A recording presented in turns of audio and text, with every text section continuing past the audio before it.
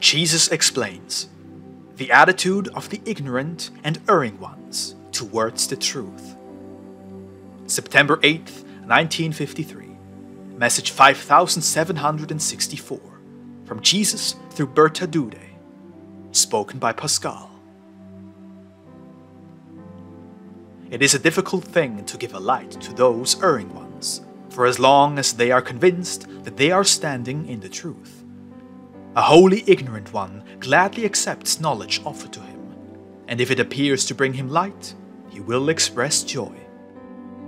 But one who believes to stand in the truth is difficult to convince that his thinking is false, and it is even more difficult to convey other spiritual knowledge to him, because he holds onto the former and is only ready to accept it once he begins to doubt. Thus you may always find amongst your fellow men those who are without faith entirely, living but a purely worldly life, as well as those who deem themselves believers, who even zealously advocate their faith, and yet advocate something that is far from the truth. The former are the majority, and due to their complete unbelief, they find themselves in quite a predicament, for they do not seek any connection with their heavenly homeland and their destination, whereas the believers, despite erroneous teachings and opinions, nevertheless occupy themselves with spiritual thoughts, which need only to be directed properly. Frequently, they are offered the opportunity to do so, both on earth and in the beyond. Yet free will alone determines the direction of their thoughts.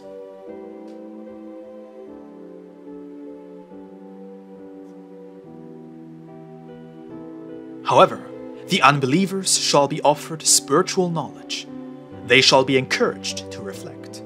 The reality of the spiritual world must first be made credible to them, and they may even be won over if spiritual knowledge is presented to them in an intelligent manner.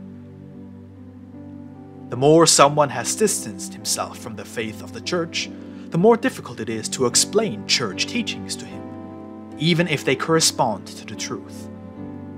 Yet every man can be touched somewhere, and therefore it takes extensive knowledge to win such people over, ultimately leading to where God can be found.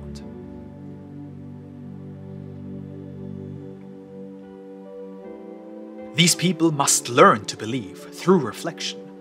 Then they will attain a profound and living faith, if they are serious about the truth. For their unbelief does not always prove their distance from God.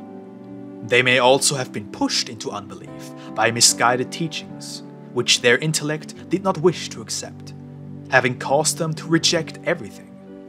And it is again their intellect that must help these people to recognize what is right. Only then will they become convinced advocates of the truth, remaining firm in their conviction.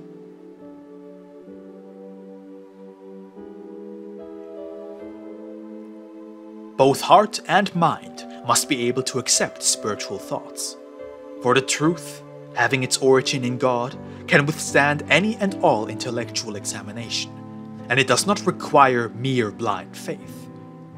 Whereas misguided thoughts and doctrines of faith do not stand up to the serious examination of the intellect, which is why blind faith is required for these doctrines, something that is never God's will.